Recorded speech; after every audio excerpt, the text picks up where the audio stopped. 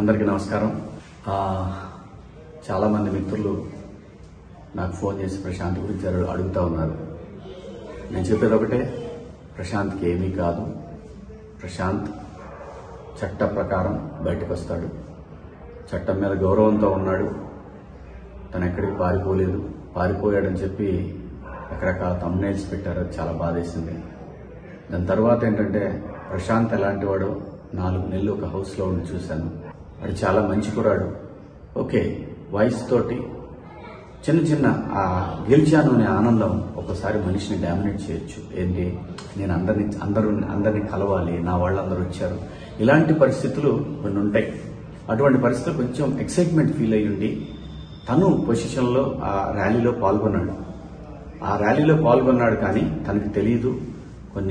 తను హౌస్లో నుంచి స్టూడియో నుంచి బయటకు రాకముందే కొంతమంది కంటెస్టెంట్ల కార్లు అద్దాలు పగలటం ఇవన్నీ జరిగినాయి. అది చాలా బాధాకరం. కానీ నేను అనేది ఆ విషయం ప్రశాంత్కి తెలియదు.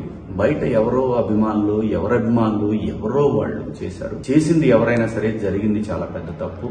అలా ఎప్పుడు చేయకూడదు. ఎవరి అభిమానులైనా కానీ ఈ కార్ల అద్దాలు పగలగొట్టాలి. ఏమొస్తుంది?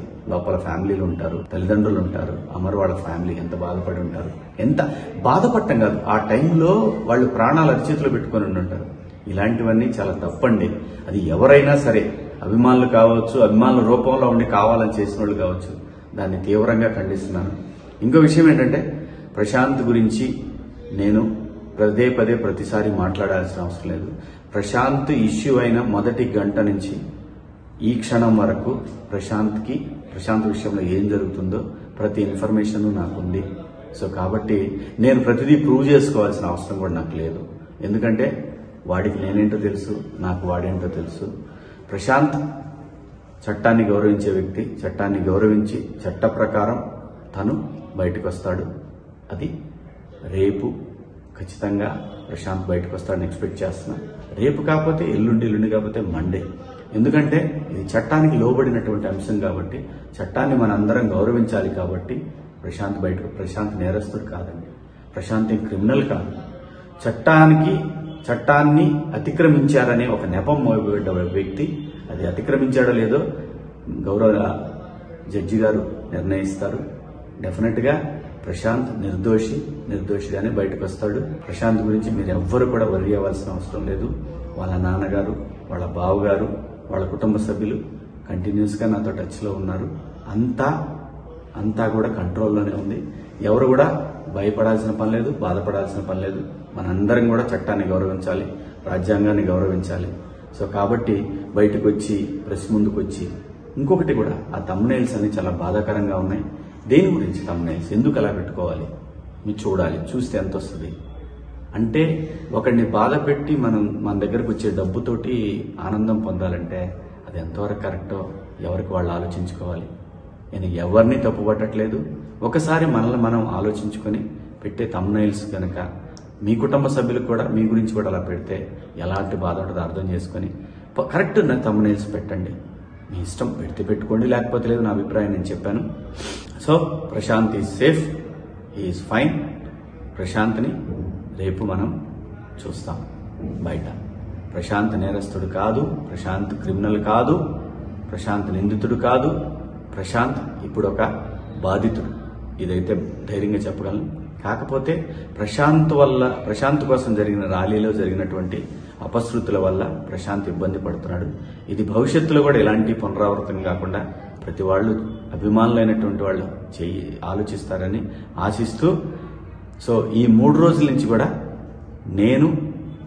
నేను నిజంగా హౌస్ నుంచి వచ్చాను కాబట్టి ఇంకా అది మా మైండ్లో నుంచి పోలేదు. మీకు ఎవరికి అర్థం కాదు.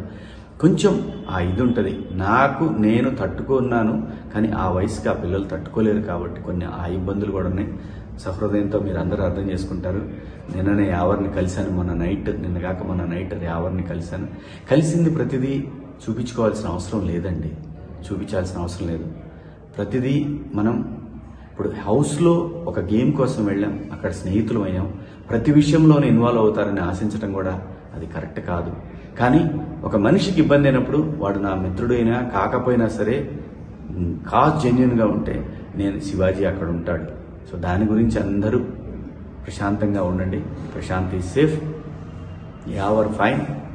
ఎందుకంటే వాళ్ళిద్దరూ నాకు బిడ్డలు లాంటి వాళ్ళు.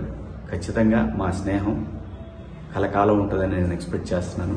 సో మీ అందరికి కూడా బిగ్ బాస్ హౌస్లో మీరందరూ కూడా మమ్మల్ని ఎంతో ఎంకరేజ్ చేసి ఈ పొజిషన్కి తీసుకొచ్చిన మీ అందరికి కూడా పేరు పేరున ధన్యవాదాలు తెలుపుకుంటూ, మీడియా మిత్రులకు కూడా కొంచెం సంయమనం పాటించండి. కొంచెం యూట్యూబర్స్ అందరికి కూడా నా విజ్ఞప్తి ఏంటంటే సోషల్ మీడియాలో కొంచెం సంయమనం పాటించండి.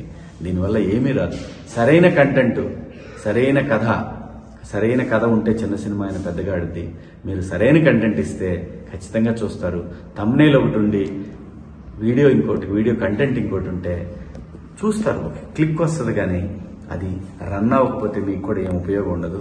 ప్లీజ్ దయచేసి కొంచెం సంయమనం పాటించండి. మీ ఇంట్లో వాళ్ళు కూడా ఇలాగే ఇబ్బంది పడతారు కదా. సో దయచేసి అందరం బాగుండాలి, అందులో మనం కూడా ఉండాలి అని అనుకుంటే అందరం బాగుంటాం. మీడియా మిత్రులందరికీ కూడా సహకరించిన మీడియా మిత్రులందరికీ, అలాగే పోలీసు వారికి, అలాగే చట్టాన్ని గౌరవించే ప్రతి ఒక్కరికి కూడా ధన్యవాదాలు. Thank you so much.